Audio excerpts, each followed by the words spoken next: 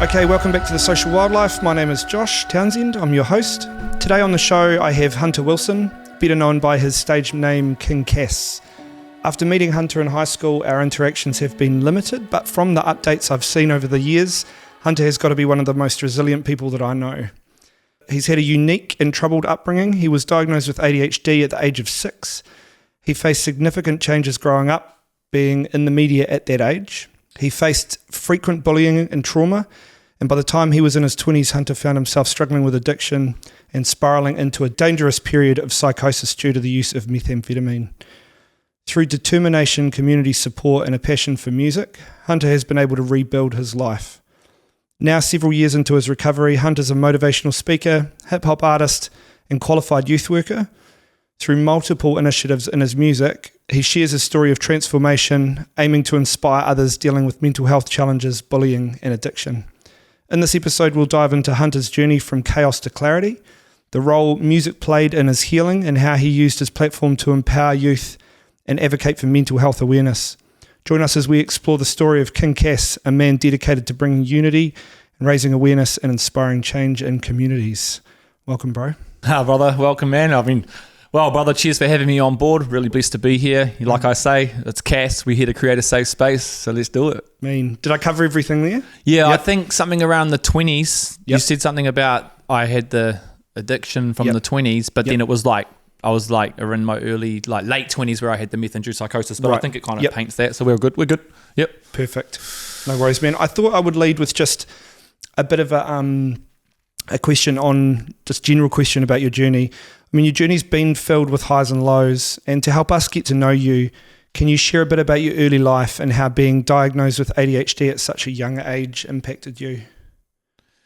Yeah, well, so I was diagnosed with ADHD at age 6. So I remember my parents saying that I was going to this place, and it was called Whakatata House. Right. And also over in Hill Morden, there was this other place that I'd go to. And my parents said to me, when you go in there, just behave and sit still. ADHD, gonna sit still. Nah, this boy's in there fidgeting, running around in the room, getting crazy, And so I guess that I had already had that label as soon as I walked through that door, bro. As soon as I walked through that Whakatata House, or as soon as I walked through that psychologist door, I already had the label. What is Whakatata House? Our Whakatata House is where they diagnose young people. Right, so it's for youth? Yes, for youth, and yes. Is it in Christchurch? Yes, it's in Christchurch. Right. It's also for like the lower spectrum, so we don't have to say ADHD, there's autism, there's all of that stuff too. So neurodiversity. Yeah, neurodiversity. Yep. So they do diagnosis, right, and counselling and psychologist work and all that stuff. So, I knew that when that first happened, like I started to already feel like I was some sort of burden to the world.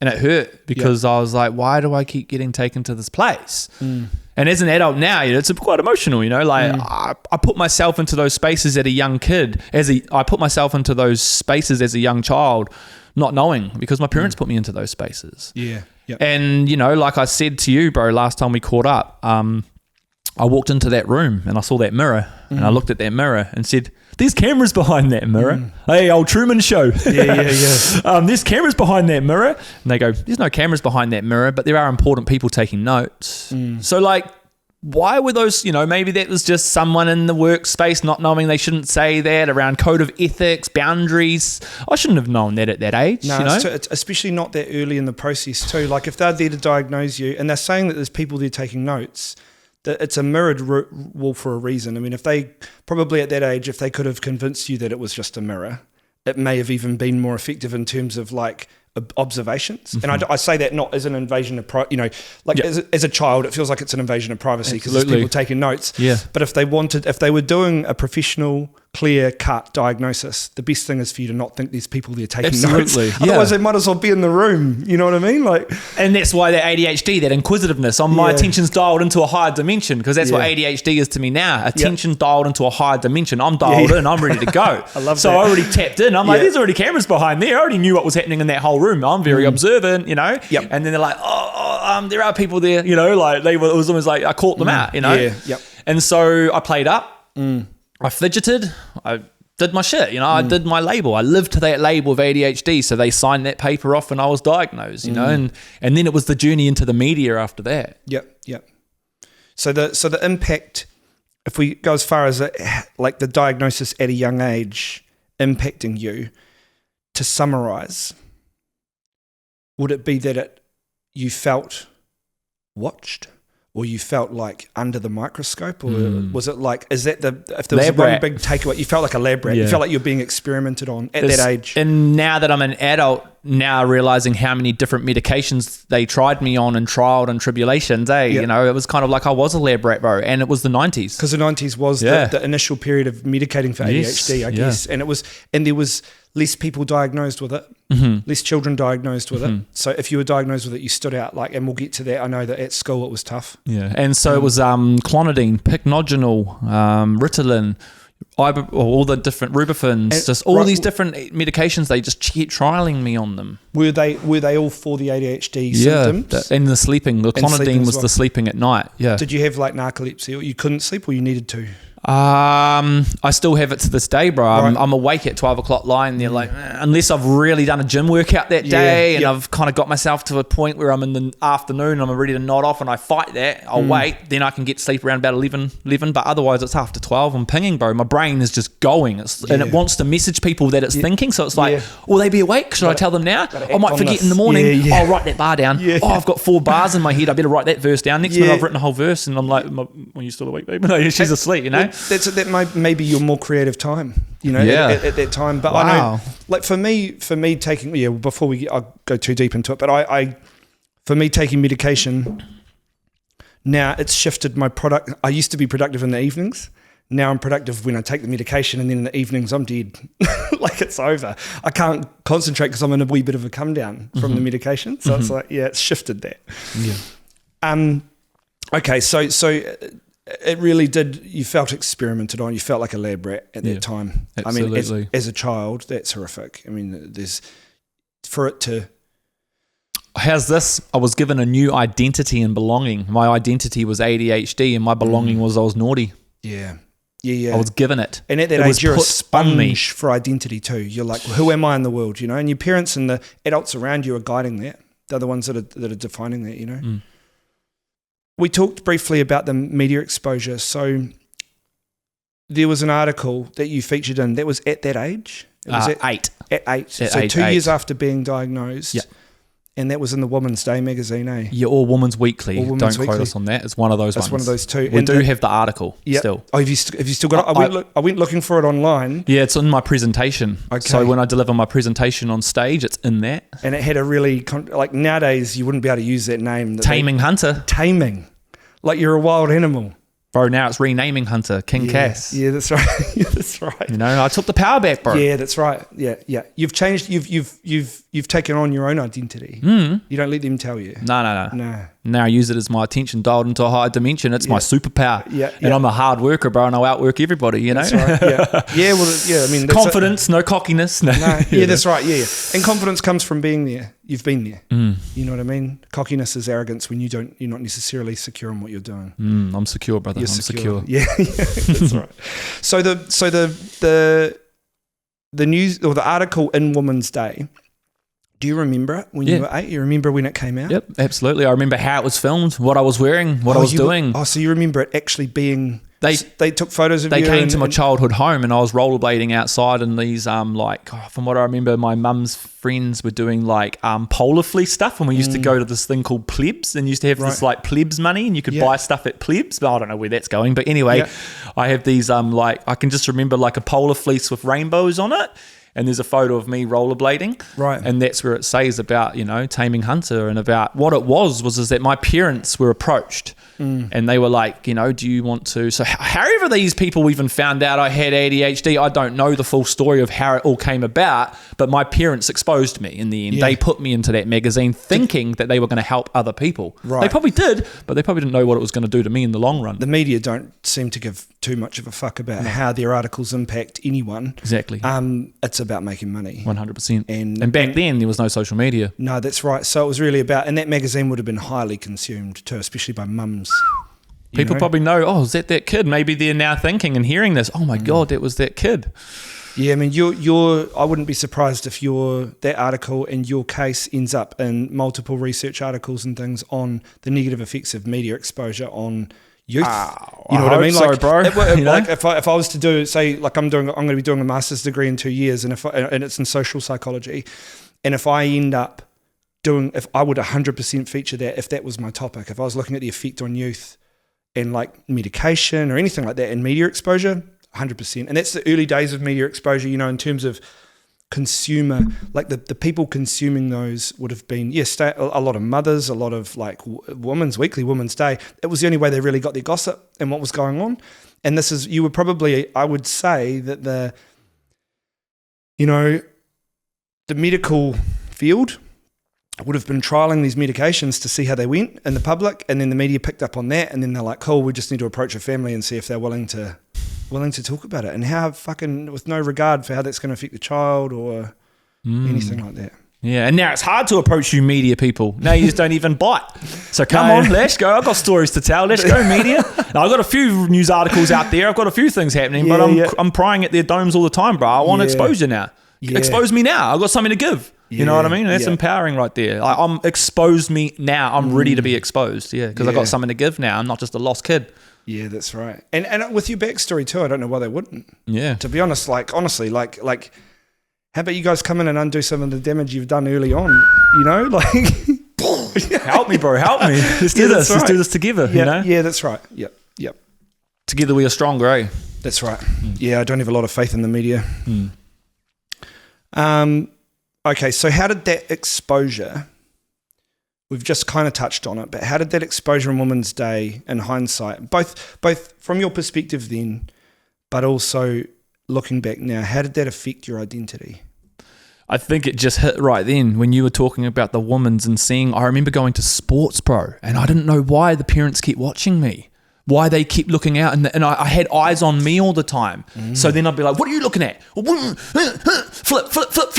Oh, yeah. He's just that psycho little kid. So then all the kids would be like, oh, yeah, when I bowl the cricket ball, I'll laugh, or before I bowl the cricket ball, I'll do something to trigger him. They do. Yeah, so in the end, I'd flip, and I was grabbing cricket wickets and smashing them and just ruining the whole cricket game, and then running off to trees and snapping them, and having men from other kids running and trying to tackle me on the ground and hold me down, and then my dad's fighting with them because they're hurting his son. And it's almost like you're playing into the identity of needing to be tamed. Yeah. You know what I mean? 100%.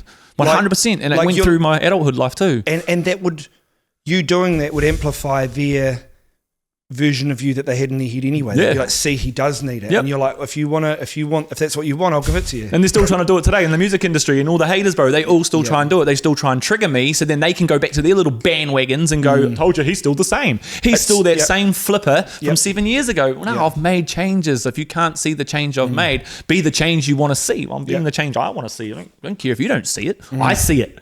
That's the toxic culture that has existed in society for a long time. It's as soon as everyone out there is fucking up, right? Everyone out there has insecurities 100%. And problems and everything like that. Facts. But as soon as they can see someone else to point at, especially someone who's making a bit of noise, so many people will gravitate to that, to be like, let's devalue him so we all look a bit better. Yep. That's tall poppy, but it's rife in New Zealand and Australia. Oh, 100%. Like, it is fucking rife. It's everywhere in the world, don't get me wrong, but some parts of the world, some cultures, like even the States and that, I think society's so complex there that you couldn't afford to be like that. It doesn't work. There's too many other people doing great things, and everyone's out the gate to a degree. You know, like there's just too much going on. Whereas in New Zealand, I think it's like, oh, you're not fucking like us. You know, there's a real easy way to do that. And it starts as kids, and it's reinforced by parents.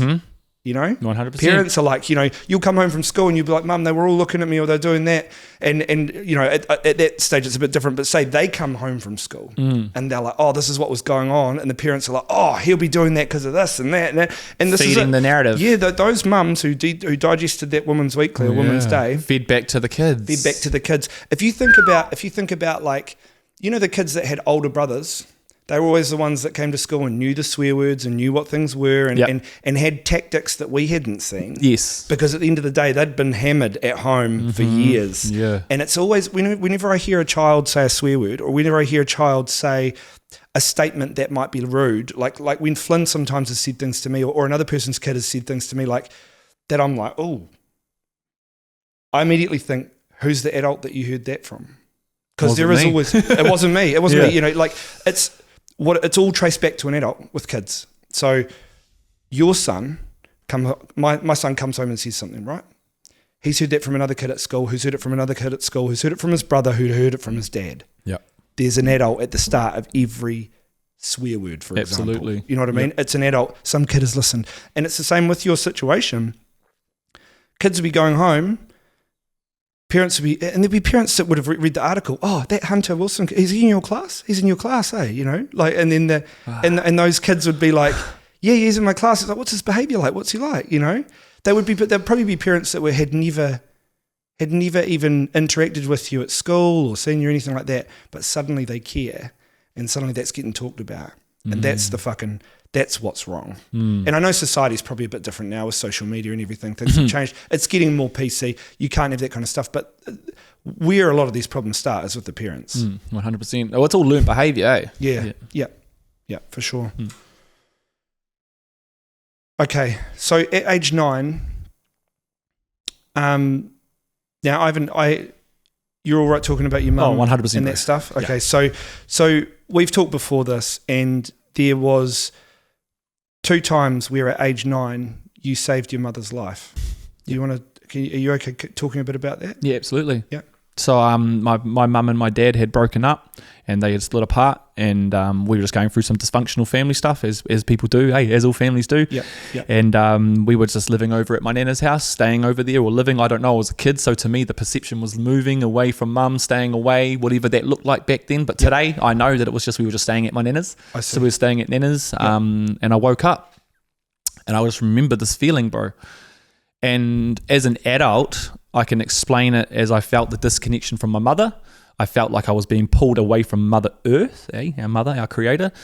And as a child, this is how it was. It was like apocalypse had happened. There was like fire around me. I could feel the fire. I could feel the devil crawling on me. Did you say you'd woken up? Yeah, this is when I'd woken up. And I started crying.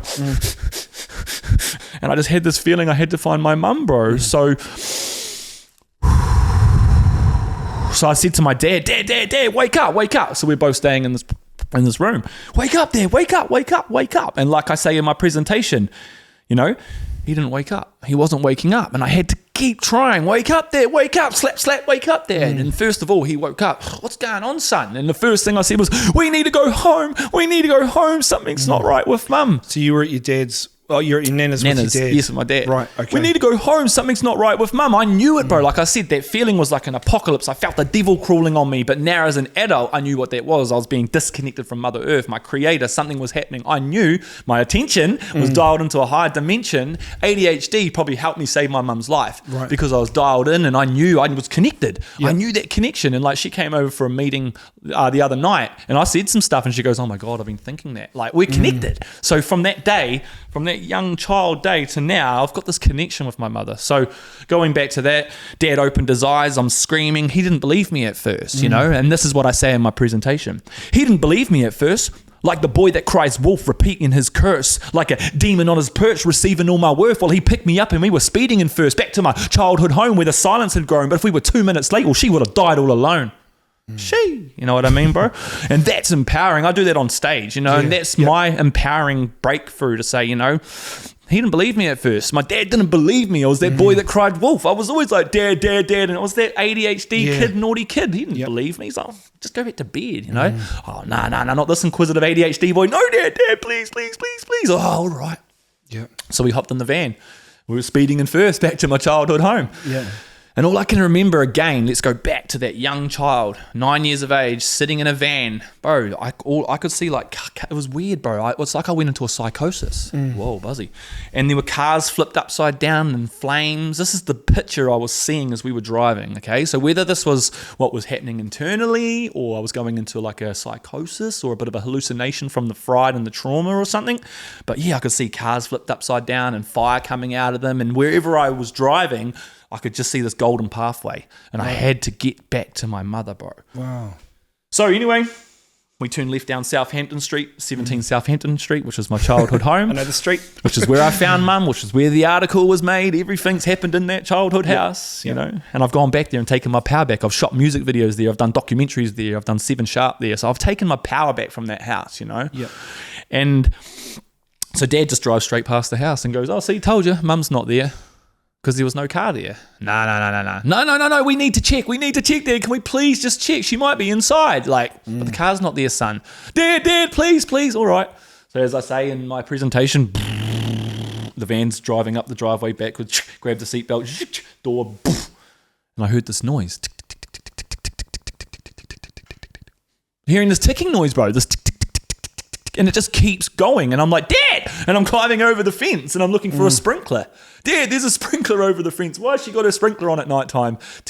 Nah, there ain't no sprinkler, bro. And I said, Dad, there's a sprinkler coming from the garage. I can hear a sprinkler in the garage. And all I remember is my dad walking to the garage and just fucking flinging the door open and just fucking run is all he said to me. Run!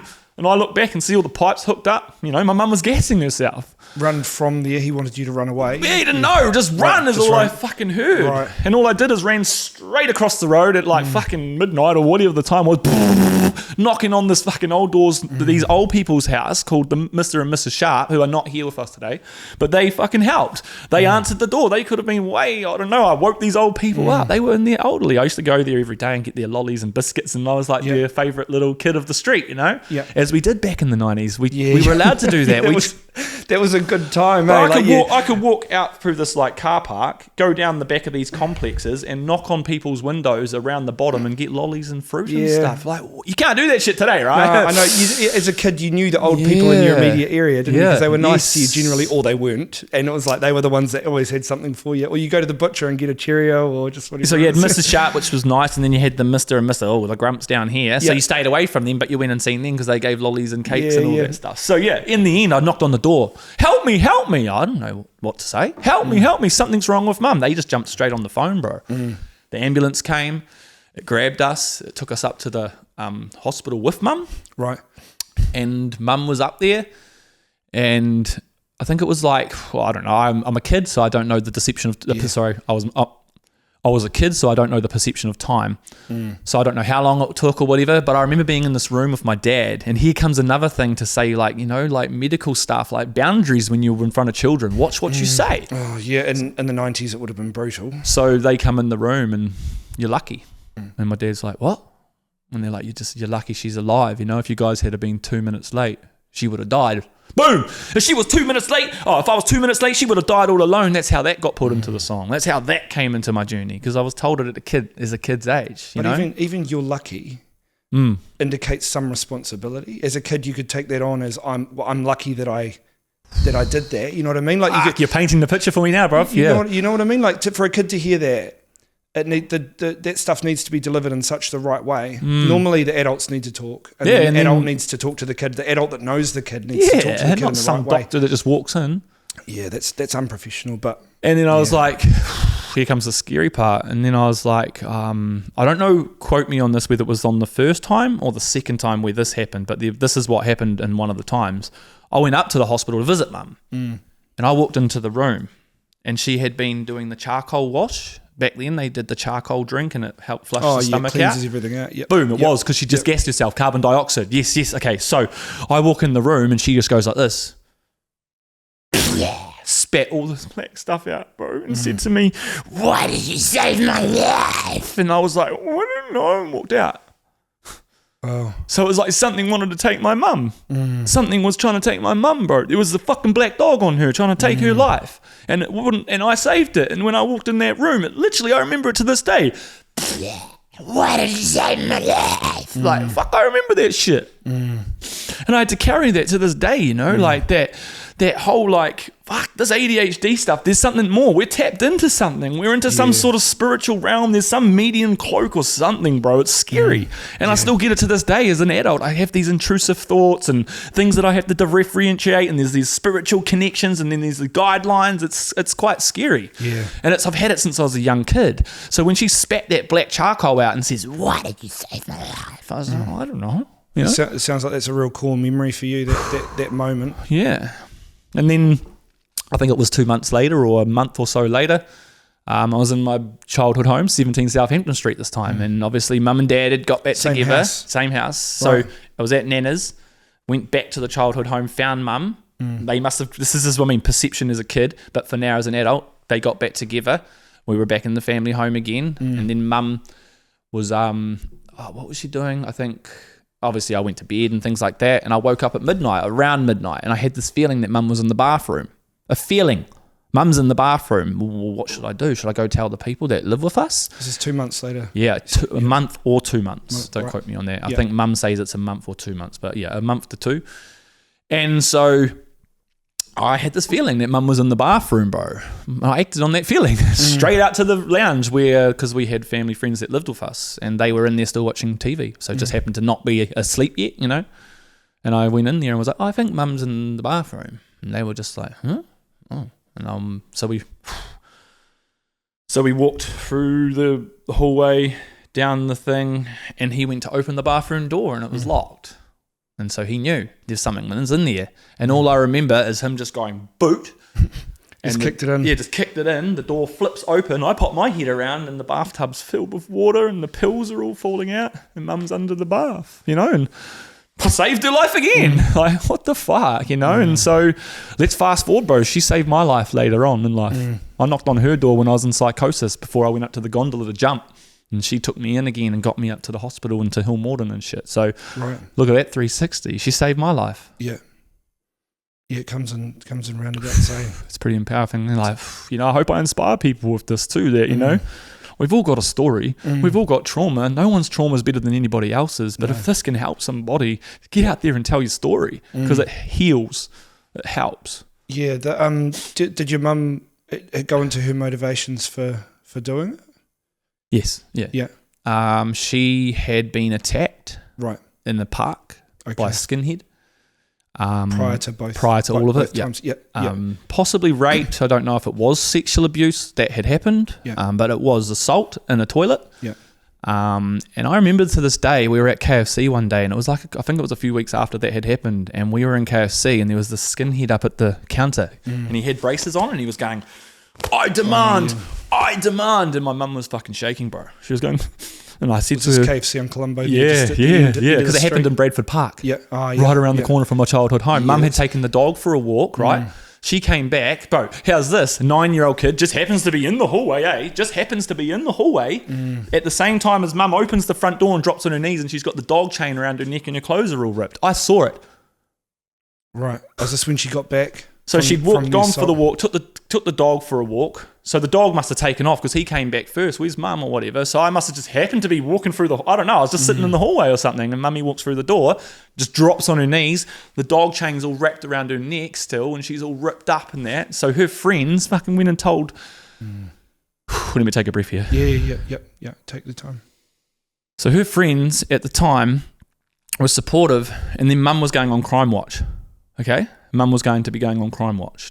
Back then, that was back then, Crime Watch. They showed like things that were happening to people in the community. So it was kind of like a Police 10-7 back then, but Crime Watch. So mum was going on Crime Watch to tell her story. All her friends went against her, started to email them all or whatever, and started telling them that she'd done it all herself, that she'd made it all up, that she'd put the chain around her own neck, ripped her own clothes and showed up at home like that. And she did it all on her own. So she didn't get to go on Crime Watch. None of her friends believed her. She just obviously thought that she'd be better off dead. And she actually thought that we'd be better off without her, bro. Fuck off. I need my mama. I need her to this day, bro. When it's going to be hard. She's getting old. And when my mum passes away, I'm going to have to be strong because it's coming, I have to be ready for this shit. But it didn't happen when I was a kid. No. I've had my mum in my life, and I guess there's still resentment to some of that stuff. We clash a lot in business and things like that. I get a little bit snappy with my mum, and I think that's just the resentment and things like that from us being a kid. But we're healing on it, bro. And we are very strong on this saying that I will never be healed, but I will forever heal. And we will continue to heal together. And this is just our healing journey. You're both capable of doing the work, and I guess, from one way or another, there for each other through all of that. I guess, how old were you when that happened? Where you saw her in the hallway? 9. So because it was all around that same age. In that same age. Yeah. You'd had the ADHD diagnosis at 6. You'd had the bullying at school for expelled 2 years. At 8. 2 years expelled. It's a heavy time of multiple different. Like the trauma's coming in waves, effectively, as a child. So that must have been really heavy, man. And so she So the night that she went to I can say it, the night that she went to gas herself, bro, she watched all of Days of Our Lives. Right. That's what she told me. She sat there and just watched the whole run through of Days of Our Lives, and she went out to the car and did it. Right. Bro, what if she didn't watch that Days of Our Lives? I wouldn't have been there to save her. No delay. Bro, you know? Yeah. Yeah. What's up, world? Something was happening. I hit the camera. It's okay. You're good. What's up, world? Something was happening. You know? Yeah. Yeah, it's powerful stuff, man. There's a lot we don't know. There's a lot we don't know, but we can feel it, you know? 100%, bro. Yeah. So how do you feel that affected you? In summary, how do you think that affected you mentally and emotionally as a kid and also now as an adult? I know it's a lot. Obviously. Abandonment. Yep. Insecurities. So you unwantedness. You felt there was a degree of abandonment from your mum trying to leave. Yeah. Effectively. Yes, because then mum would go out partying and stuff. No, don't leave. And she wouldn't come home for like 2 days. I thought she was dead. And as kids, we take things on as being our fault. Yes. We're the problem. Yeah. I thought I was the problem, bro. Yeah. In the end, I think, wow, now that you're saying that as an adult, I think I took responsibility for a lot of that stuff and carried it on and was an angry child. Like they say today, every emotion that is every angry child is an emotion inside them that they have not yet dealt with. Inside every angry man is that child. Yep. And I was that child recently, and I'm still healing, and I'm still learning and rewiring this brain and becoming something that I know I should be now, and not living from those values back then. And I'm rechanging and reframing the narrative, and I'm renaming Hunter. We ain't taming me no more, bro. Renaming. Yeah. When there's a type of therapy called internal family systems. It's called parts work, and what they do is it's almost the typical stuff where you hear the wounded child. They talk about the wounded child, and there's the wounded part, and often it's a version of ourselves. And so if there was something that you were being held back held back by now, you're like, I can't do this, or I feel limited here, or I always think this in this situation. Say it's that young version of you that was in the hallway.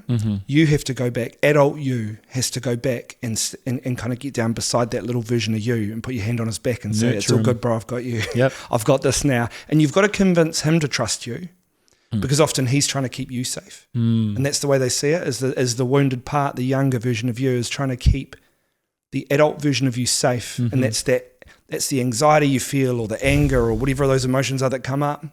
He's like, nah, I know what's going to happen here. I've seen it before. I've seen it. This is all I know. You know, and so that's what, if you were ever to do any form of therapy in terms of that, it's really good stuff in terms of just working on those specific wounded parts. I've done it once or twice, and the therapist that I spoke to, and when I was doing it, she was like, I want you to tell me where you feel it in your body. And I was like, I can feel it in my spine. She's like, I want you to put your hand on that. And I put my hand on that, and she said to me earlier, she's like, everyone who does this ends up in tears. And I did. And you think, I'm not going to cry, but you do. It's just one of those things, man. And it's especially when you're thinking, when you've got a kid, you've had a child, and you think about the little you, that's some powerful stuff, man. Really powerful stuff. Often I think we become the adult we needed as well. Yeah. So all of that tying in. But and so like, that young boy then, and then like to now, like I still have insecurities, I still have abandonment issues, I get intrusive thoughts like, oh, your missus, you know, like just intrusive. And now I don't have to listen to that. No. But back then I would have. Yeah. And I would have acted on it. Back when? Back when I was probably going from my 18 to 28, for a good 10 years of that stint. Was that kind of the peak of the dangerous stuff as an adult? Yes, right till the big peak, which was the meth-induced psychosis. And so, you know, I think now as an adult, so I went and did that course. So when I did my course with Praxis New Zealand, we did the inward journey.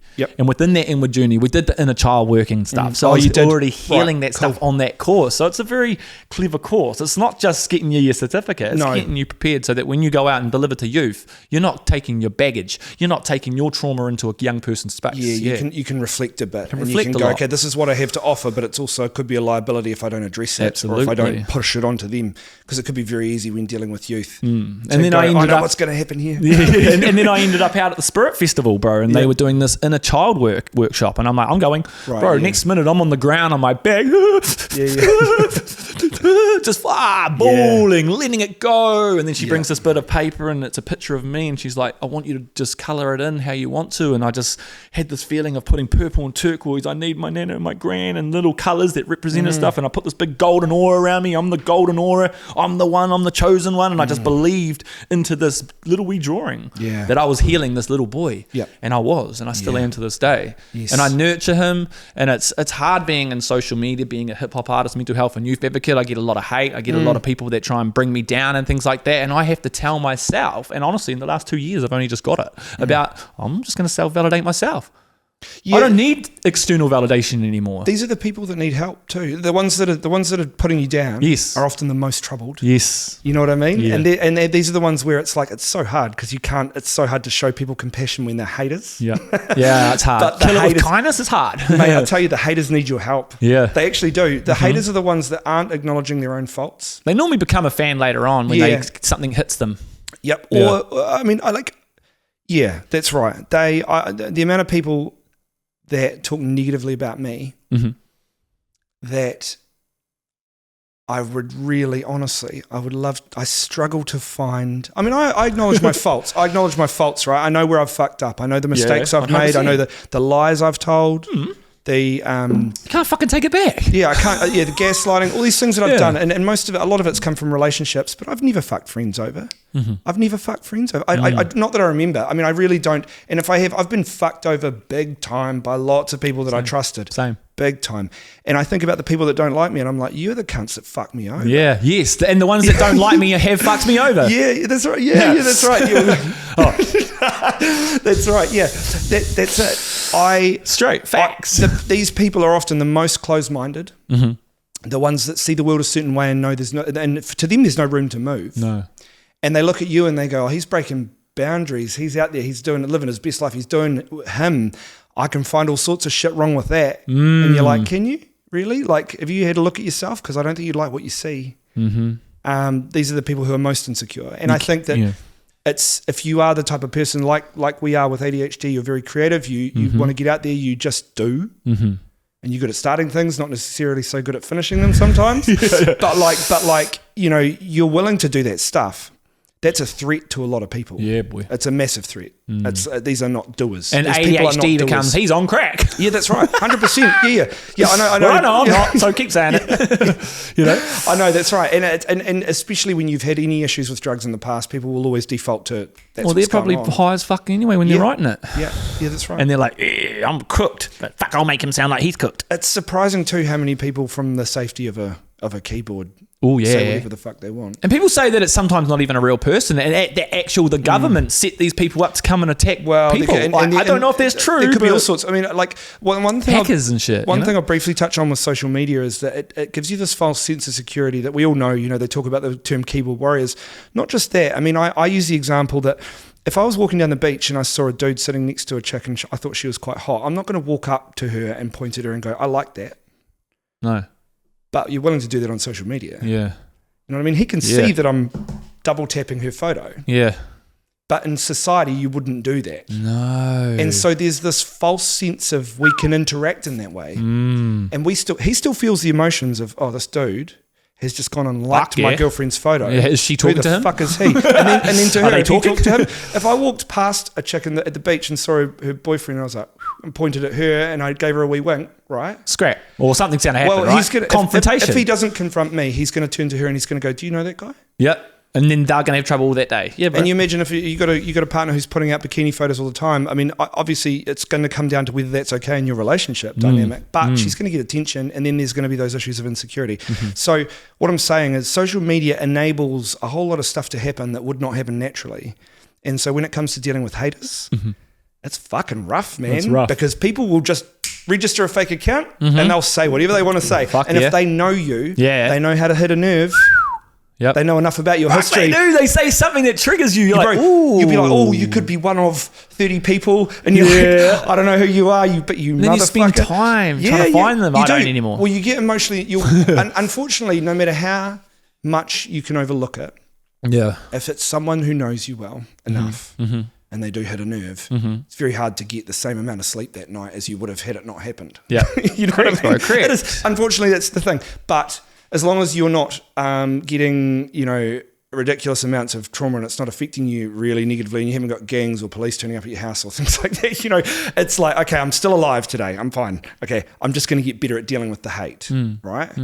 And I think that if you have haters and you haven't committed any crimes or done anything morally really wrong, you're doing something right. Yeah, that's what I'm doing, brother. You know what I mean? It's been 7 years, bro. It's been 7 years since I was in all those gangs and may have ripped people off. I might owe someone some money or something small like that. I can't remember. No, and people might come up to me and, bro, you did it. I'm like, did I? Bro, I'm really, really sorry. I would like to validate and acknowledge you right now and say that I was in a psychosis recently. And from there, I've forgotten a whole lot of stuff and I don't even know who you are. What's your name? And then they tell me and I'm like, can you help me remember some stuff? And also, then in the end, they're like, fuck, I'm real proud of you, what you're doing right now, bro. And I want you to keep helping people because I'm off that stuff too now, bro, and we have a hug. And as long as they're reasonable, it's always the option of what do you need from me to make this right? How can I make this right? And if it's for some people, bro, I had someone reach out to me recently. I was in prison with him, right? When I got out of prison, he got out of prison maybe like 6 months after me. And I caught up with him and we did a bit of like business. Now I'm out of that now completely, right? But he recently made contact with me. And what had happened was we'd done business, he had come back, and then when we'd done it one more time, he never came back and gave me any money for it, right? There was no payment. And the second time he came back, he had a fist tattooed on his face, and he'd done 8 years, and he'd done 8 years for up north, gang-related stuff. And when he was getting out, he said to me, I'm going to do a new life. I want to learn to paraglide. I want to do these things. Like he really thought he was going to distance himself from the gang scene. And I think when he came out, he would have been a bit of a celeb among his family and things because he'd done 8 years for doing the hard stuff. And when he came back the second time with the fist tattooed on his face, I was like, I didn't let it show. But I thought to myself, fuck, man, you've got so much potential. I really hope you don't get dragged back into that. And sure enough, he did. And there was an amount of money there. It was under $10,000, but he owed me. And made contact with me maybe 3 weeks ago. And said, hey, bro, I'm training to be a counsellor now. I'm out of the gangs. I'm living the life I always wanted. I just want to say I'm really sorry for everything that happened. And I know I'm not able to make things right now, but I'd like to make things right in the future. And I said to him, bro, I know you've got a good heart and I know you had a good heart back then. And I know that things may not have gone the way you wanted them to, but just the fact that you're acknowledging this makes it right for me. It's not about the money. It's about the fact that you have chosen to approach me to say how sorry you are for this. You're not expecting anything from me. But I said, I've thought about you a lot. I was hoping that you're all good. And, those things mean more to me than the money. Oh, fuck the money. I know plenty of people who still owe me fucking money. And if they were to reach out to me and say, hey, bro, I'm really sorry, I'd like to make this right, and then actually follow through with staying in touch, and I can tell that they genuinely care, it'd be fine. I don't need fucking money. Yeah. It's not about the money. It's about the principle for me. And that's Buzzy, you said that. I had an experience. I was at a court, and I think a couple of weeks later I was texting this guy who we'd been doing some dealings with and stuff, and I needed to pay somebody and I was down and I needed like $2,000 and I mentioned it to him, and he shows up to the courts and goes, I'm outside, bro, come out.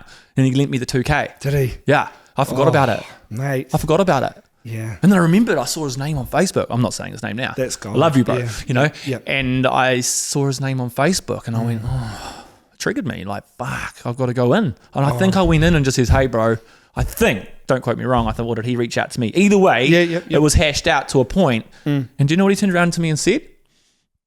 The money doesn't matter. I see what you're doing now. I see what you're doing. I see how you're helping youth. I see how you're helping other men. I see how you're helping people with their mental health. Bro, that money doesn't matter to me anymore. I don't want that money back anymore. Just go away, like go and enjoy your life and just don't worry about it, bro. And I was just like, so to that person, love you, bro. Because that helped me realize, when you start doing some good, these people that you did do dealings with back out here, they believe in you. They see it, you know. And I'm connected with different gangs and stuff as well. I'm not saying connected as an associate or a supporter, but I know heaps of gang members. I work with them. I go and wear their merch, or I'll go and do connections with them, do presentations with them, or happen to be in a space where I'm making music and I'm like, oh, you patched up? Oh, no, give us a hug, bro. I know the They're just human, bro. For them, that's their identity and that's their family, and that's fine. It's fine. And they don't bring it to the space. No. It's beautiful, bro. Some of these gang members are beautiful people. Oh, 100%. No, they're just people. They're people. And a lot of them have had a very, very hard, rough upbringing. And it's just been put on them. Like if my dad's a gang member, I might end up being a gang member. It's kind of just how it is. If my brother, it's like it's embedded in the family. Full families of them, you know, all over the country. All over the country. That's so I was approached different gangs to jump on, and I always just like, oh no, it's not for me, bro. I wasn't born to be a gang member. No. And if I did, I'd probably be inside. You know, I would have been the scapegoat or a bad man. Yeah. I would have turned into a bad man. I don't want to be a bad man. I don't like hurting people. I was never really violent. Probably had 3 fights in my life. Yeah. I won them though. But I think that's probably the same. I'm not a fighter, bro. I don't like fighting. I'd rather have if someone wants to step me out or whatever, I'll walk off. Yeah. You know? De-escalate. Yeah, de-escalate. I'm not here to start conflict. I'm not here to start rap beef. Like, I came into the hip hop game at the start and was like, what's this hip hop game? What's all going on here? And I was real loud and proud. Making noise. And I caught all this hate from it. Yeah. And then I was like, no, I need to find a vision. I need to find a brand. And I slowly started to brand. And as I was branding, and this is what's cool, I think it was this big musician. She was like, the thing is people say that the money changes you. But the thing is people change. It's not the money that changes us. If I become an entrepreneur and become wealthy and I get me some new life skills and start paying life coaches, fuck, I'm changing. Yeah, absolutely. I'm now a fucking entrepreneur, knowledgeable person that can share wisdom with people on the spot. Yeah. So I couldn't do that back then. So I am changing. So people need to get it out of their head. You know, I'm not rich, I'm not a millionaire, but I want to be. And I want to put it into the right things. And I want to be able to create programs for young people, create retreats. I've got so much vision and entrepreneur ideas, and the right people are coming now, you know? Yeah. And so it's like, how do we get into those spaces where people are like proud of it, but also don't question it? Like I've had people in my own city in my inbox. When I got signed recently, I'm not signed anymore, I'm independent. When I got signed, they were just straight in her inbox, blah, blah, blah. You just signed the biggest crackhead of New Zealand. Oh, you know? And like, she's like, oh, sending that to me. And I'm like, they're just trying to tear you straight down because they saw I got signed. At the same point, she's got to make her own judgment. Yes, yeah, 100%. Yep. But these people, obviously, you can't help it. If you were to get into a new relationship and that person had like 4 people message him and go, he's a player. Yeah. Even if she's going to make her own judgments, she's still thinking in the back of her mind, fuck, I wonder if he is. People are nasty, bro. I know. You know? And again, tall poppy. And then next minute, I got that number 2 on the New Zealand charts. You know who you are. They're in messaging her, trying to question how I got it. Is he using bots? Is he streaming? Oh, I just heard his song. I thought he was a mental health advocate. He's talking about drugs. Bro, did you listen to the whole fucking song where I said that was the old me? Oh, did you not listen to that part, motherfucker? You know, I don't normally swear when I'm in, but when I get into these sort of spaces and I'm empowered and I want to call people on things, I'm like, fuck, bro. You guys are nasty pieces of shit. And you don't have anything going for yourself. Or if you do have something going for yourself, you're still a dick. Like, why can't you just carry on your grind and be bigger than me or whatever? Why do you have to bring someone down that's trying to rise up? Because you're a threat. It's frustrating, isn't it, when these people try and bring you down, because you are doing good work, and even if even when you were in your infancy in terms of doing that work, it's a learning process. So, I'll just reiterate, these are the people who are the most narrow-minded. Yes, these are the people who could not do this themselves, and you are a fucking threat. To those people, or they are good at what they do, but you're getting a bit bigger now. But even exactly, you're still a threat. You know what I mean? At the end of the day, someone who's, even if they are big, right? They don't deserve to be there if they're going to put others down. You don't get. I wish I could say your name, bro. You know what I mean? Yeah, I bet. I mean, you imagine if you say you're all swimming, say everyone's in the water on the side of a boat, right? And everyone needs to get on board because otherwise they're going to drown. Everyone's trying to get up, right? Yeah. There's the type of people who stand on others to get up. And then there's the type of people who get to the top and kick the ladder down. Yeah, or put the hand out. Yeah, or put their hand out. Yeah. And it's like, sure, you could go in, get warm, have a meal, or you could stay out there for a while and help people up. And then we can all have a meal together, break bread together. Those dudes who are fucking emailing your agent or your label, they're the ones having the meal. Yeah. They're not standing out there with their hand over the side. 100%, but they act like they do. They act like they do. Facades, charlatan. But their mask could be that they are that person, but they're not. Behind closed doors, they're not. Yeah. You know, everyone's got their own battles. And you just got to look, are they taking accountability for their shit? Are they actually taking accountability for it? I wouldn't want the reputation of someone who fucking kicked the ladder down, you know? So all the rappers in Christchurch that don't like me and hate me, I've actually just realised that this year I'm in competition with them. They're my competition, so I will just outwork them. Yep. Yeah, I travel all around New Zealand. They're all stagnant. They all just do local shows. I'm not being a dick. I'm just trying to put it out there. And I've had a few of them come up to me like a while ago, like, man, we need to take a note out of your book. Hey, like, whatever you're doing, you're traveling. You've had your first New Zealand tour. Well, I've just done my second one. I've just been on an Australian one with the bros in New Zealand doing their league and, you know, like New Zealand league. And I'm just doing big things. And these people have come up to me and said this in the past, but now they're haters again. Yeah. It's like, it's because they're scared. Like, they're like, hating, but really they're actually dimming their own light. If you've got the energy and the drive and you're doing things in your own unique way, that's a threat too. You know what I mean? Like they're probably following their own blueprint. And my music's getting dope. And my collaborations are sick. My music's sick. I love it. I never used to. I used to be like, oh, I'm learning. You know, I'm fucking on now. I can rap. I've got bars. I've got swag. I've got flow. I've got cadence. And I can deliver a live set probably better than most of them. You know? And that's the key. I've had most of them reach out to me, some of them, and say, fuck, bro, you're amazing live, blah, blah, blah, blah. And then I'm like, oh, and I've got to remember, don't get buddy, just go, thanks for your support and leave it. Because if I start being like, oh, I want to hang out and make music, then I'm back in those circles. Then what happens, bro? All those feelings keep coming. I know it's like me with this. I want to help everyone. And I don't want to have to charge them. But then with my coaching and that, I have to be careful that, are you a friend or are you a client? Because it's a different thing. Yeah, and 100%. I have to help with that. And like, you know, like I've got features on tracks where I'm not charging people and they're not charging me, because do you know what the big thing for me is this year is, bro, collaboration over competition. Yeah. And so you're my competition. I won't collaborate with you. No. So anyone that I'm collaborating with, I'm not in competition with you. I want us all to shine. If I've got a show and it's up near where you are, bro, we've got 3 songs together. Let's throw it on my set. Do you want to come and perform? Yeah. You know, so I'm giving people opportunities. I think too, you're the type of person who would collaborate with anyone who's going to do this, who's got the same energy. You know what I mean? 100%. But the problem is that they decide whether they're competition or collaborators. Yep. You know? Yep. Because cooperation generally is a better strategy. 100%. You know, competition is more motivating for a lot of people, but cooperation is a better strategy. Everyone gets ahead further. You know, you get more out of it. If I go to the gym with a training partner, if they're on my level, I get 30% more out of my workouts just by having someone there who's pushing me in the same way that I would push them. And it's funny how you said earlier about media, how you're like, I don't really like the way media run and the people at the top, okay? Yep. So let's go into the music industry. I've been to like seminars and workshops, right? I don't like the way they run them, bro. I've sat in them and felt like giving up. I've sat in their fucking seminars demotivating and felt like giving up my career. I've got people next to me asking questions and I'm very observant to the question, and that lady pitches back to them and says, well, if you only got 1,000 streams and your song was trash. Like shit like that coming from these top executives. That's fucked. And saying things like, when you drop a song and it doesn't hit in a week, well, that's it. It's done. Fuck off. I'm going to drop 17 reels in 4 months and I'm going to hope that it gets out there. And now my streams are up higher from me dumping content. So she's telling me that you don't want to keep dumping content once it's been a week. If it hasn't hit, it hasn't hit. So she's literally trying to keep us down because they're gatekeepers. They're the gatekeepers of the industries, bro. Same with the mental health youth and all that. There's these gatekeepers at the top, the ones at the top that can get the funding, that can probably go and make a deal or go and get you a brand ambassador or get you 17 shows out here on a tour that's funded and paid for.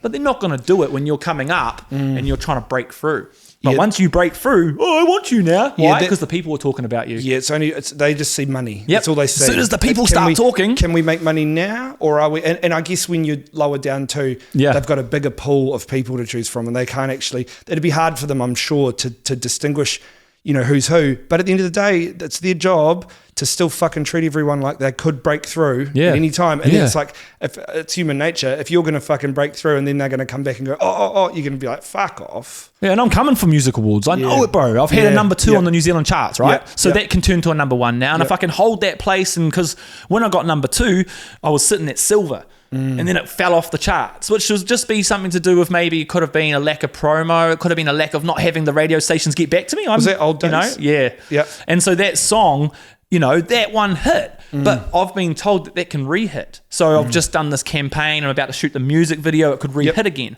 So the key is if I can get that song staying on the charts on a 1 or a 2 or hopefully 1, and it sits there for a while, I go gold, and then I get my plaque, and then it sits there for another 6 months. Boom, platinum. I can have these 2 big plaques and show them in a photo. Now I'm going to have promoters. Oh, you've got a song that hit the charts. You're big now. I want you on this festival. I want you on this. Boom, boom, boom, boom, boom, boom. Brand ambassadors. We want you. And producers too. That'll be like, we want to collaborate with you. Free beats, because they want their name now. But they want you to say their name now because you're huge, you know. So I'm ready for it. I know that I'm going to be standing on those music awards. I'm manifesting that right now in this space with you, bro. I will be standing there on stage receiving a music award, and I've got shit to say. But I'll make sure that it's not off the cuff. I'll probably have something written down. I'll be giving thanks to people, but I'll be calling some shit out too because it needs to be done. People like Tom Scott does it. He gets on those music awards and he goes, I shouldn't even fucking be up here. None of you fucking liked me, and he calls them all out, bro. And then he drops tracks to Chris Luxon and stuff, like powerful people out there in this industry. And I mean, it's hard because I kind of boxed myself in where, like, you know, I try not to swear and I try not to be crude, but I want to have fun, bro. If you actually hear me in my life, I am a bit of a swearer. I do have a joke around. I'm quite bantery in home, and I do have a bit of a cuss, you know. I'm thinking, you know, so if it does slip into my music or if it does slip into a reel or a skit, of course, it's only going to be somebody that it triggers. It's their problem. It's not mine anymore. But it's you too. It's unique. It's your truth. You're living yourself. And I stopped kind of like swearing in my music to try and knew that I had to reach the kids and stuff. But I've seen people that fucking cuss, talk about sex, drugs, violence, everything in their music are in schools. It's because they've got this big name and the school wants them because the kids are calling them, you know. And nowadays it's getting more and more acceptable to swear on the radio. I remember like in the 90s there was nothing. Nothing. Even fucking Nelly was, you know, like smoking in the back of it. Like it's like they wouldn't even talk about weed on the fucking you know, on his songs. Like they wouldn't even have that on the radio. Nowadays it's like, you know, wet. Yeah, I know what you mean. And it's all indoctrinating and it's being very, very, it's an agenda being pushed. So I'm up in that, bro, I'm going against the grain. I go against the grain. But I'm also learning that these young people like drill. They like seeing people looking swaggy with watches and ski masks and all that. So I'm like, I'll jump in that role. But I'll put my message in it. Resources and social status is what it screams. And it screams that to men who want that and women who are attracted to that. So then they go watch my video, listen to me. There's a couple of bars like, I got to get that bag, got to make that cash. But then in amongst it, I'm like spreading my message, got to make some change. That's right. And then they hear all this gangster shit at the start and then they hear this spreading my message, got to make some change. What message has he got? They're like, so he's using the cash to spread his message and make some change. Exactly, bro. And I'm tapping into everything. And drill music is a hard genre in Australia, in the UK. It's sex, it's drugs, it's violence, it's shanks and shivs, it's guns and talking about pop, pop, pop. They always in their videos they're doing shit like this and they're like, you know, and I'm just out there like I might go like that and have a laugh or whatever, or get pop like confetti, confetti goes pop, you know. In the end, I'm just doing the image of what they want to see, but the message is in the song. That's right. So you fit with the blueprint of hip hop and rap, but at the same time the message is almost non-violent. It's and that's the thing. The problem that I have with, I guess, the hip hop and rap industry is that so much of it is ego fueled.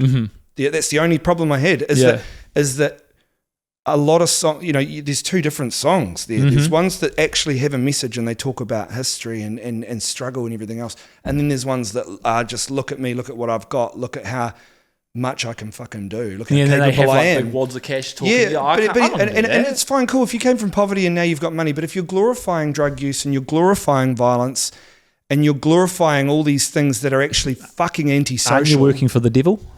Haven't you sold your soul? Like a lot of some hip hop and rap songs the lyrics border on terrorism. In terms of what they actually endorse. It's like that is not the kind of rap and hip hop that I would listen to. You know?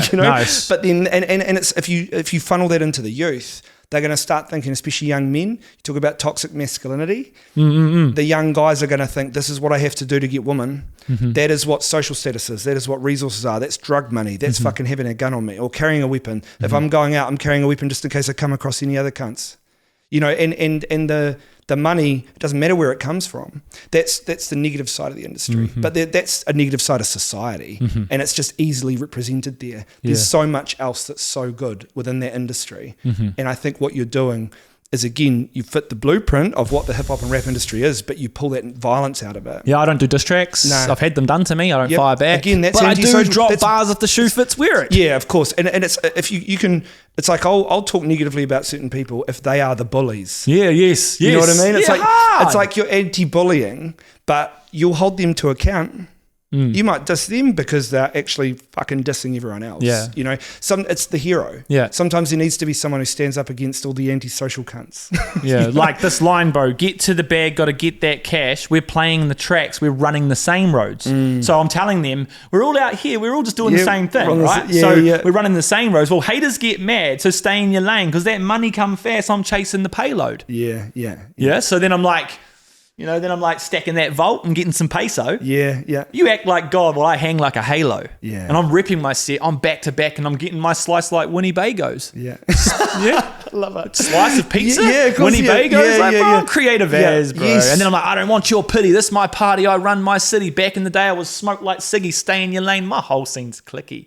So say less like Lissy with a dream and an entrepreneur and I'm going to take my seat. I'm making moves with Ash and One Free. My table is full. We're about to eat, There's a lot of depth. There's actually a lot of depth to that, and it's. But it was ego-y, but it's not. Hey, it can be no, but it is. Like cheeky. The industry is ego's not bad as long as your message is clean. Yeah. You know that your message. I didn't say motherfucker, I'm gonna shank you. You're fucking shit. I'm gonna kill you. No, exactly. Yeah, absolutely. That's right. That's 100% right. Or I'm gonna put your music in a dump where it belongs. You're still acknowledging the competition that exists within the rap industry, within that scene, but you're taking on a role that is you're anti. Negativity. Yeah. And instead of being like saying, like calling out a rapper, it's almost like saying you rappers. So if it fits, then they know that. Yeah, they'll take it on. It gets absorbed by the people. So you rappers are like bobcats. Watch me dig up your dirt. Yep. Yeah. Did he just say that? Because then they'll go, fuck, he knows what I did to him back then. He's got the dirt. Am I ready to bring it up? Yeah. Nah, I'll leave it down there because you know what? I need your dirt because it helps me grow. Yeah. Oh, that's powerful way. Because you bring your dirt, I'll just keep watering it and it helps my flowers grow higher. And you keep chopping that toppy down and you keep trying to cut that flower and throw dirt. Well, I'll just water that dirt and we'll get more stronger. Yeah. So keep throwing dirt. That's good, eh? That's really I just thought of that off the top of my head. That dirt that you throw actually helps us grow in the long run. So for anyone out there in the music industry or in these spaces and people are hating on you and bringing you down, if you love it, keep doing it. Yeah. If you don't do it. No. Okay. In your late teens and early 20s, you entered a difficult phase using drugs and falling into meth-induced psychosis. Can you describe the tipping point that led you to realize that you needed to get help? Yeah, so the tipping point would have been when I was getting close to taking my life, probably maybe 4 to 7 times. I think there were times where I was trying to jump in front of trains thinking that they were going to pick me up for Hogwarts. I nearly jumped off the top of the gondola, driven cars into brick walls. Genuinely were thinking that's the kind of thing that was... Yeah, I knew I had to go. I didn't belong. Wow. I knew. It was my time to go. Yeah. In that psychosis, I was being... in that psychosis, I was being controlled by the devil, You felt that actively to the point where I would go to payphones and ring 0800 666 and talk to them. Really? And they would answer me back and tell me where to go, so I'd follow the next journey. And bro, what the fuck? Do you have clear memories from that time? Yeah, I remember the whole psychosis journey. I acted on stage. Were you sleeping?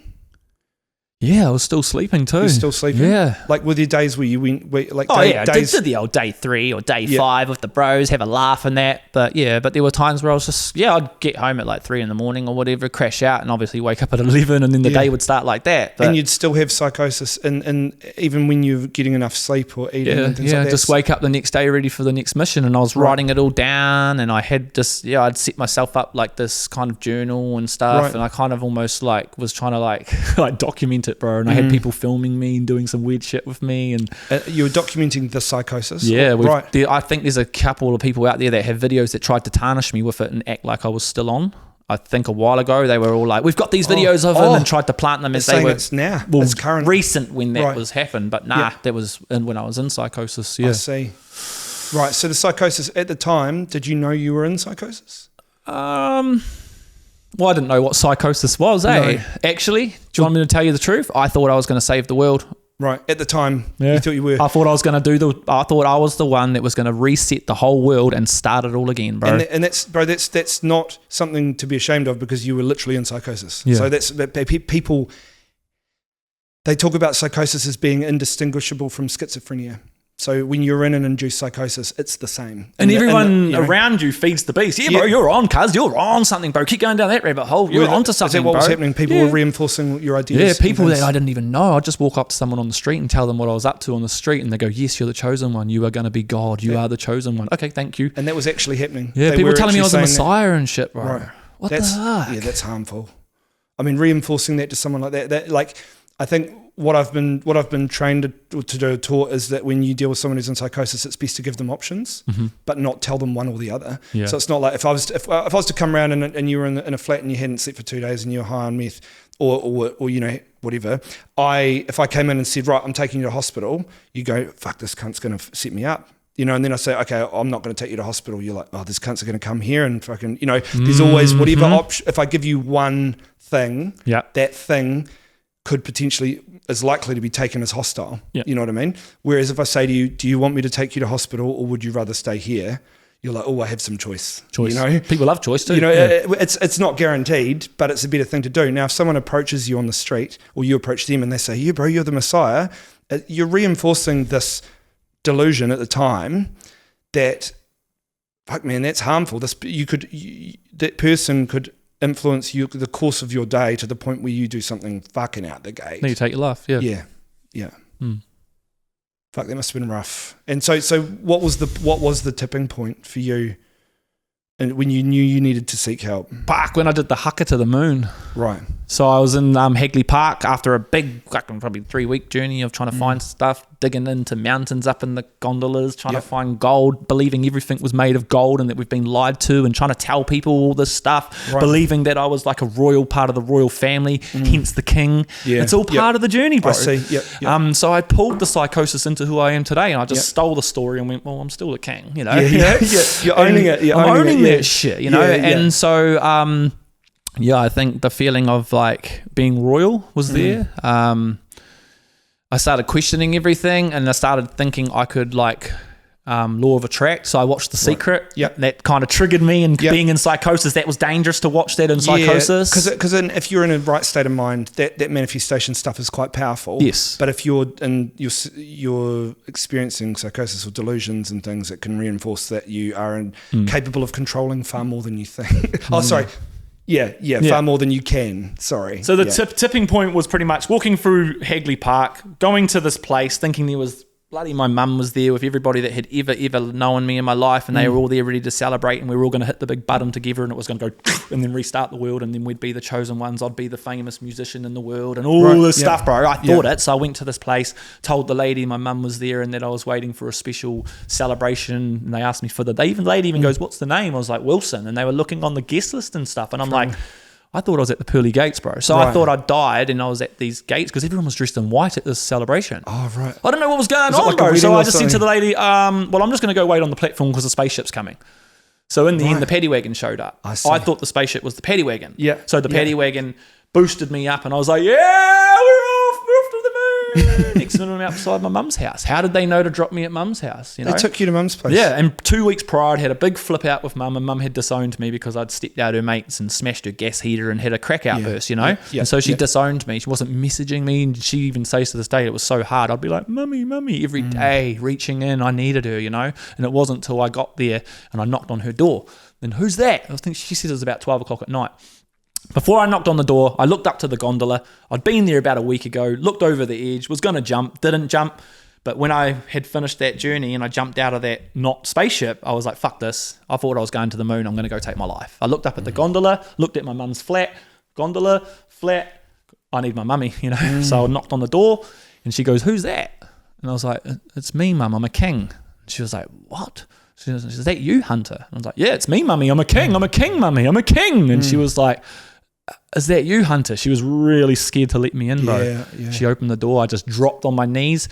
actually reckoned I had this pillowcase, and I whipped it off my shoulder, and it had a brass plate in it, these fucking crystal birds, these balls. It had all these weird, like, it was like stuff you'd taken from places. Yeah, stuff that I'd been collecting and thought was part of my journey. I thought it was all gold, and that the crystal balls were actual diamonds, and I was keeping all this wealth and stuff, you know. Yeah. But really, when you think back to it, in our family, we do this thing every year called the nativity play, and we kind of act it out. So I think I was just like the king, laying out the gifts. But they're high value. In your compromised state, they're high value items. You know, you're like, I need to. These are in a basic way.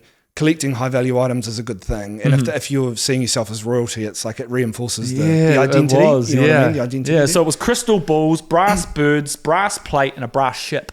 Yeah. Bro, I know what's that all now. It's my plate of righteousness. Yeah. It's the crystal balls of the eyes I see through. Yeah. You know? Yeah. I know what those birds are. They're my nana and my gran that aren't with me anymore, you know? And I know what that ship is. That's the destination I'm on now on my voyage. So I've taken all that. So anyway, dropped on my knees, laid it all out, and Mum just goes, do you want some help? And I says, is that the way out?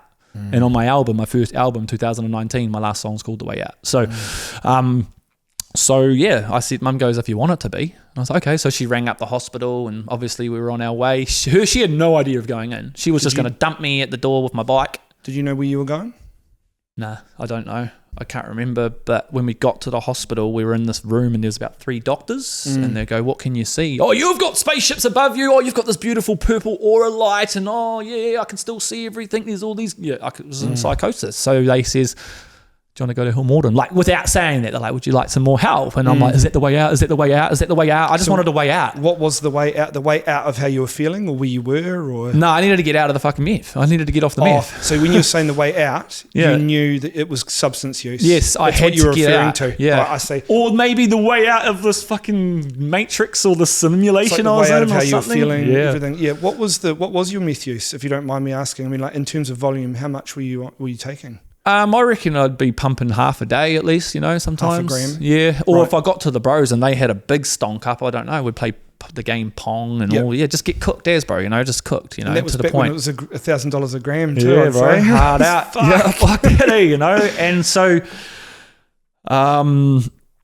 so the doctors said, do you want to go to Hillmorden or whatever they said? And I was like, yeah, is that the way out? And they're like, if you want it to be. So they kept asking me like, that's that choice. If you want it to be, not yes. They weren't just distantly saying that's the way out. So that's appropriate training. Yeah. And treating you well. And if you want it to be. So they pretty much said, you know, it is the way out, right? Yeah. And I'm like, okay, let's go. Yeah, it's possible. It can be. Let's go. Yeah, so we jump in this little car, and Mum's not allowed to be with me now. So she follows us in this other car, and Mum remembers me, the little boy coming out of me. I'm looking back.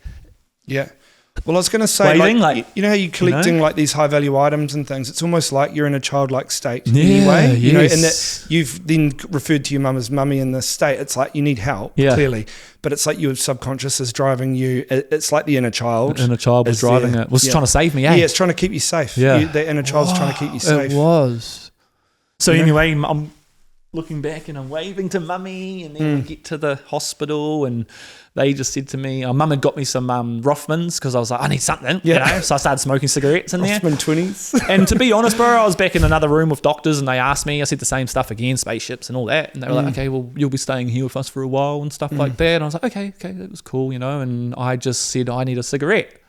And this is so funny, bro. I was having a cigarette and I walked out. I walked out to where we were allowed to have a smoke, and as soon as I went out there, the psychosis kicked back in because it was like a train station formed. All it was a wooden deck that was all caged up, but to me, it kind of symbolised the train station. Felt like one. And my ears started ringing, and I could hear the train coming. And I was like, yay! Wow! Yay! I'm about to do it. And then I looked to the right, and there was a pink love heart in chalk, and guess what was in the middle? A red button. I pushed it. Do you know what happened? The whole place just went off. So I think that triggered me and stopped me from the psychosis, because what was the red button? Well, I thought it was the one that was going to restart the world. Was it a panic button? Nah, it's just a fire alarm. Oh, so you set off the fire alarm. Yeah. Right. I remember seeing a pink love heart. Yeah. And that was like, to me, that's the shop bro movement now. Was there pink love heart? Yeah. Was there actually a pink love heart around it? Chalk. Someone had drawn it around it. Right, or someone else who's probably in Hillmorton. Yeah. So I'm in psychosis, bro. Yeah, of course, yeah. That's the love that I've needed. That's the button of love or something. And I believed in psychosis, if I push that button, this is my mind visualized this happening. Black hole, new world, white, gold, everything gold and crystal and God with us and everybody just loving everybody. And there was just this land of just beautifulness. And I was like, woo, woo, woo. And I was like, whoa. And then I think that told me that I was all shit. Because if that was the button, and I knew that if I push that button, it restarts the world, because I thought it was the way out. Right. So they got me there, and so when I went out there, I was like, why is no one with me? I get it now. I see. Mum's in there. Yep. So when I push the button, it'll resuck and it'll restart, and everybody that's ever known me will be all there clapping and will be up in heaven, or fuck knows. Right. So you'd had it mapped out to a degree, and then the button didn't go where you thought it was going to go. And so I think that button, that noise, the fire alarm would have certainly been like, this isn't what I expected. But then, and I still waited for the train. Yeah, but after that? Yeah, I waited thinking that was the siren. I was like, what's that? I don't know what was happening. And then they just came out. Did you press that button? I'm like, and they asked me why. Yeah. I said, because I was going to restart the world. Right, I see. So that's why I had to stay there for a little bit longer, right? So they're like, restart the world. Yeah. But what's really cool is, so when I was in there were people that would come past my door. I want to go around the world. Like, bro, it was crazy. The people in there scared me to want to get out. I see. So Mum used to say things, there goes not I. So when I'd see people in there, I would say, there goes not I. Yeah. Because they're crazy. You're separating yourself from that. Yeah. So I begged them for my studio. Yeah. Is it an independent room? Yeah, I had an independent room, and I was like, I need my studio. And they were like, why? And I was like, I want to record, because I knew I had shit to say, right? So they let me. They says, suicide tendencies, we shouldn't let you have chords in here. You do have a few suicide tendencies, but do you promise, I'm like, I'm okay, I just need my music, please, ADHD, please. They weren't going to take no for an answer. Please. Okay. So in the end, I had to cover it with a sheet at night. But anyway, go back to me and the microphone, and I'm just going, galactical forces, spaceships, I'm changing the game, like crazy shit. Yeah. Pressing play. Yeah, galactical forces, yeah. So I was still in psychosis. And then one day I heard this love and hope. What the fuck is that? And I kept pressing play. And I kept hearing it, bro. Hope. What the fuck's hope? What's love? What's hope? And then I started to remember some of the stuff that my mum had done through her recovery journey and all this stuff and the stuff that she had taught and tried to unconditional love and stuff. And I just heard this word hope, and I kept speaking to it. Yeah, I want to find hope. And then as in you had said it, or they had said it in the lyrics? It was coming out back to me. Right, yeah. It was no longer the galactical forces and the spaceships anymore. Oh, I see, it changed. What you were saying had changed. Yeah. And so the music started to heal me. Yeah. So I started talking about love and wanting to change, and I'm stuck and I'm lost, and I fucking manifested myself out of there, bro, through music. Yeah. Okay. So I went to the doctors 2 weeks later. My mum was allowed to stay with me too. I've got to put that there. Yeah. I had to support people coming in, bringing me fish and chips, taking me to NA and all that stuff. So in the end, I had that meeting again 2 weeks later in that room, and they just says, can you still see the spaceships or anything? I says, nah, but you're beautiful people. Oh, that's good. And they were like, what? I says, I know you just got this golden aura about you. And they were like, they could see something in me, bro, And they could see that the psychosis had gone. They can see that I've now got a hand of it, and that the auras that I was seeing and these purple lights and all that are actually, maybe I'm a spiritual person, and now I can tap into that. Yeah. And so, music saved my life. So when I got out of there, 2017, I created the King Cass movement and started to create music to save other people's lives. Amazing. That's heavy, man. And that is such a solid foundation for something so beautiful. That transformation has actually been intertwined or weaved into your music. It was like the foundation for it, And now to this day, there's been points where I've wanted to give up music because they've hated on me and stuff, but it hasn't. It's my healing journey. You can't. So when I talk into it and I say, get that bag, because I'm changing now. I'm an entrepreneur. I need to go and find some money. I want to I want to have my own house, man. I'm nearly 40, bro. Yeah. Shit's got to happen, and I'm manifesting it now, and it's getting stronger, and nobody's going to stop that manifestation but me. No, you can do it. Yeah.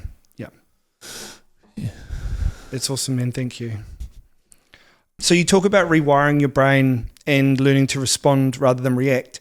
Could you elaborate on what this process looked like for you, especially after years of battling those inner conflicts? For me, I always reacted. I was a flipper.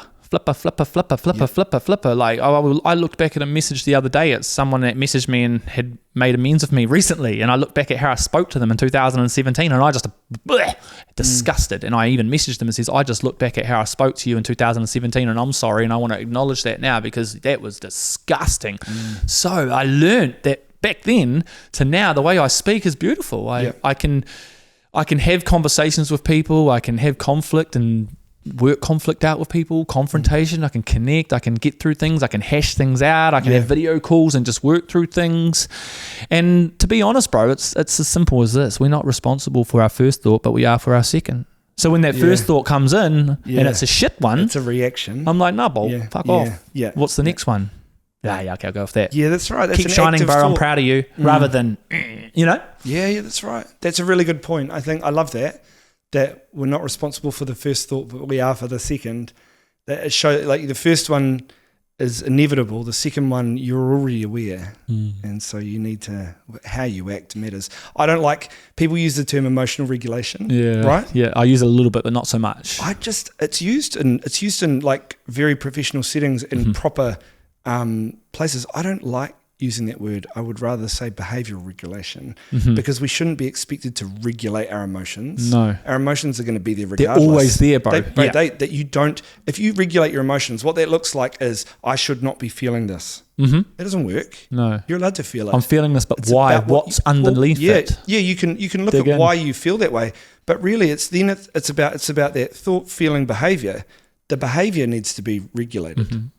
Like, I'll put myself in check. Just a quick example. See a poster from the hater or someone that's done something to me in the past and they're going on tour or they got a show. They probably know who they are. And I'm sitting there and I'm like, I'm getting salty, bro. I'm like, you hit me. You bullied me. You did this to me. That. You don't deserve this. And then I'm like, and then I go, hold up. Now I go, hold up. I put myself in check. Why are you feeling like this, Hunter? Yeah, that's right. And I go, it's a me problem. What he did, he couldn't help what he's done to me. It's been done in the past. He hasn't made amends. Why are you carrying this burden? You're the one that's making it a you problem. So then I go like this. I hope he has a good show and move on. In my head, it's hard, bro. I don't want to type it to him. I don't want to type it.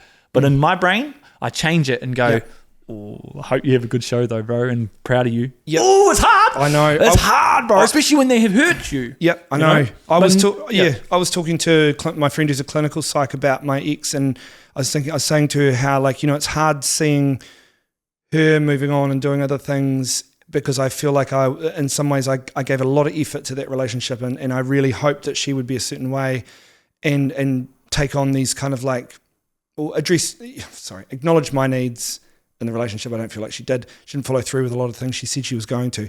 So when she now is off happy with other people, I'm just kind of like, there's a bit of me that's like, I really hope that it doesn't work because I want those, why do those people deserve for her to do those things, but she didn't do them for me?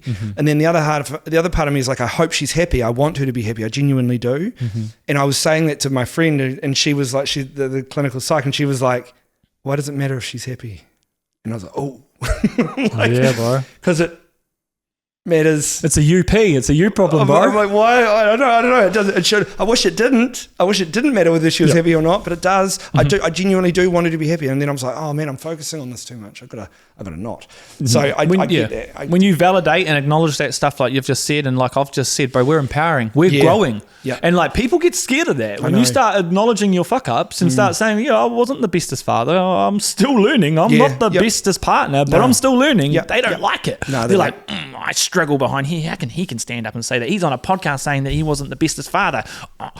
People get quite salty. And another example, someone that hasn't hated on me and then I see a poster of someone else. This is what you were saying. It's embedded in us, this tall poppy, this rife. I'll be like, why are they on a show? And I'll go, ooh, why am I feeling like that? And you know what? I'll jump in there and go, proud as, bro, smash that show. So I'm rewiring and changing the way that I've been indoctrinated or the way that I've learnt or the way that I've been brought up in this world, You're able to model that healthy behaviour too. 100%. Officially, it's the cooperation versus the competition. And I'll never say this, and I'll say it all the time on podcasts and everything, I ain't got my shit together, 100%. No one does. But I love myself, and I'm healing, and I'm going to continue to heal, and I hope it inspires other people to take that journey too. It is, man. It will. So you often say hurt people, but heal people, heal people. How does that philosophy guide your work today in music and in your role as a youth worker? It's important to not take baggage into spaces that you're working in. So if I'm delivering presentations or workshops for young people and I know that 2 weeks prior I've got that, well, I'm going to go get some hoe water. I'm going to go get some self-care. I might go for a dip in the ocean, or I might go for a spa session, or I might go see my counsellor, or I'll tap into how I'm feeling, or I'll go back through some of the articles and learn a bit more about myself and understand. And so I get prepared. Because if I woke up and was just feeling depressed and I've got a presentation to go do at the school, I'm taking all that with me, I can't take these feelings and be in these spaces. So when I'm going to work in these spaces, I'm prepared and I'm ready, because a hurt person is going to hurt somebody. If I take my hurt into that space, I'm only going to hurt people. Yeah. But if I'm healing and I take that into that space, then I could maybe help somebody healed. Yeah. But I've changed it to this, that we will always heal, but we will never be healed, but we will forever heal. Right. Because I can admit it, I'm not going to be healed from everything, but I'm learning and I'm getting better and stronger, resilient, and I'm going to continue to heal. Do you know what that reminds me of? So it reminds me of something I learned recently. Everyone treats happiness as an end goal, and it never is. No. If you treat happiness as the end goal, you're basically saying there's nothing after that. Nah. That's not the case. Happiness is just one of the many emotions that we feel, right?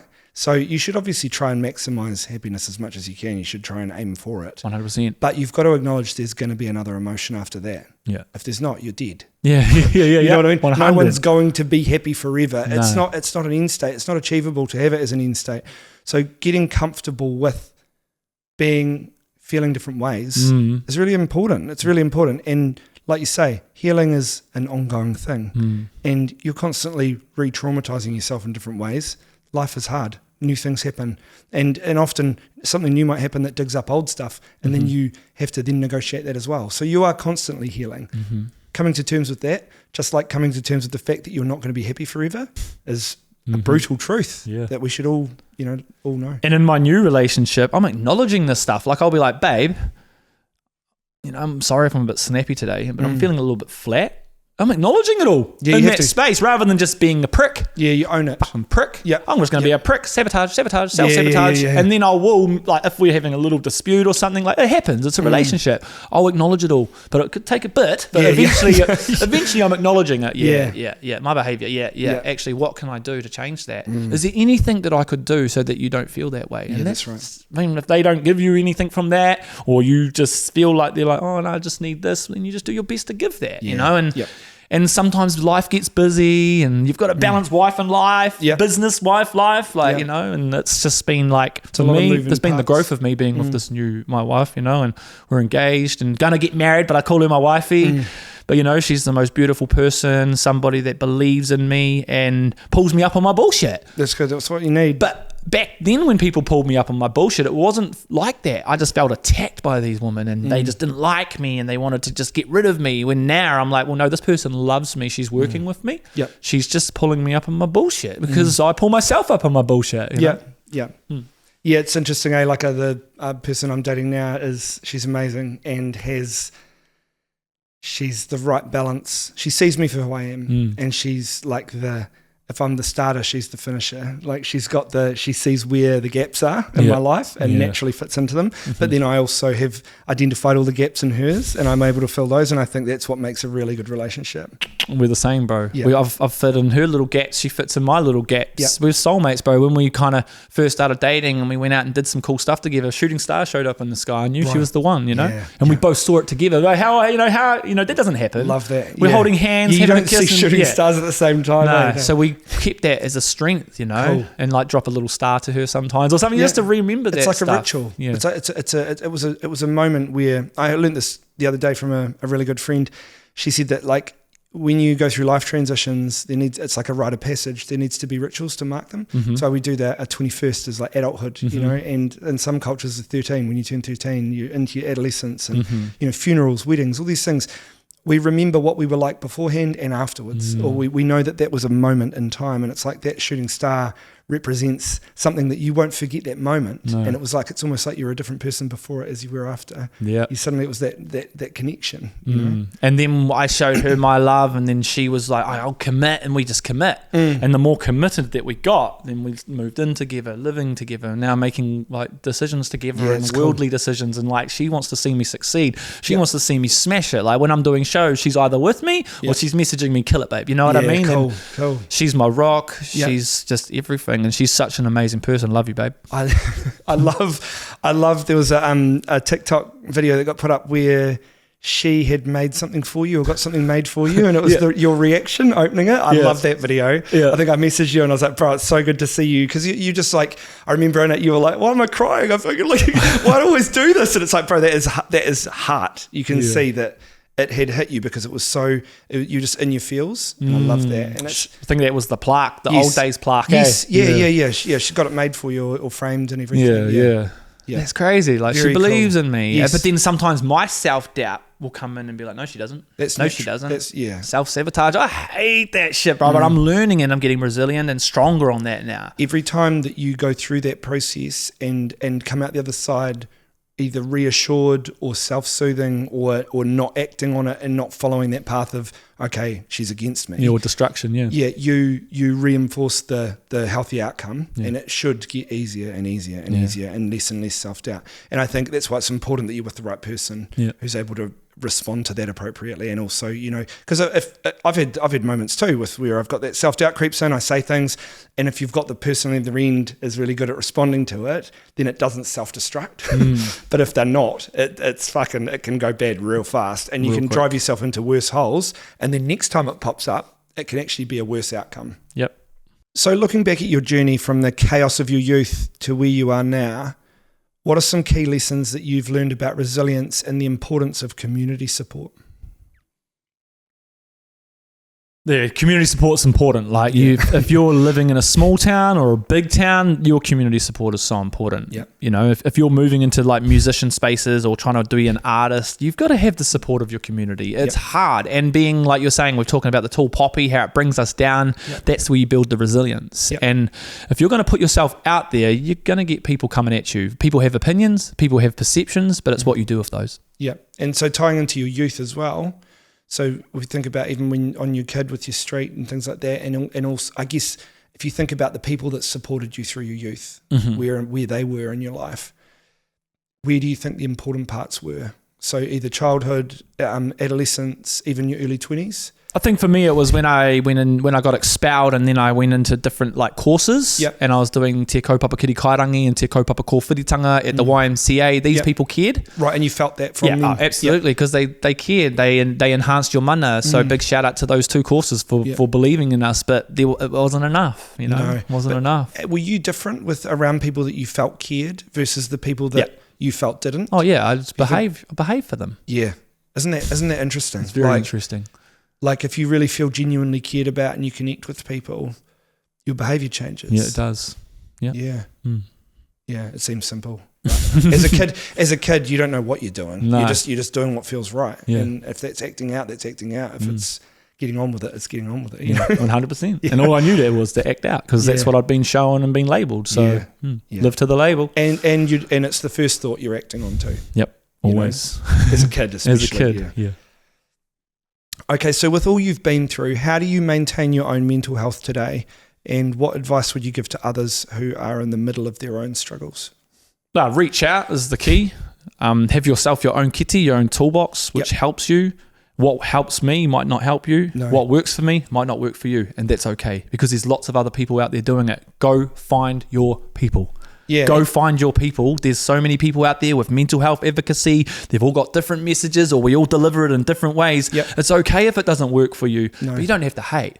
You just let us be, let us grow, and move on to find someone that does help you. And there's no silly questions either. No. There's no silly questions like... Well, the question that's not asked is the silly question. It's a silly question, yeah. If you were to think about, like, if you ask a question, you're worried about how people might hear that. Mm-hmm.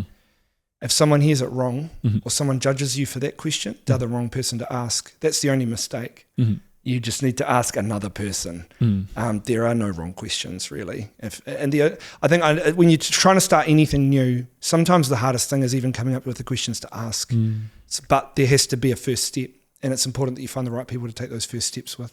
And order, well-being is so important. So obviously I've got things that I put my energy into. I play a bit of ice hockey here and there to get some frustration out and get some energy out on the ice. I also paint graffiti. I paint canvases. This is therapeutic. This is all my therapy stuff that I do behind the scenes. Promoted it a wee bit here and there, try and get some bookings and things like that. But this is my stuff. So then when I go do the workshops with the kids and we do the graffiti, I'm all ready for that too, you know, because I get myself these self-care things. So yeah, reach out and find what actually makes you tick, because if things aren't working for you and you're trying to put yourself into a space or you're trying to find out who you are, sometimes it's just as simple as just sit in your own skin. Get comfortable in who you are. Start to feel those emotions and understand where they come from, and just check yourself. Why do I feel this way? And just really dig underneath why you're feeling it. And honestly, it can sometimes just be something that happened when you were a child. A lot of the time it is. Yeah, sitting with those emotions is really important too. Not trying to bury them, not trying to distract yourself. Sometimes it's good to actually sit with them, roll around in them a bit. Yeah, and I don't know if we got this on air, but we'll try it again. You know, inside every angry child is an emotion that they have not dealt with, and inside every angry man is that child. Yeah, that's right. Yeah, very true. So if you could send one message to your younger self, to that child, especially during those darkest moments, what would that be?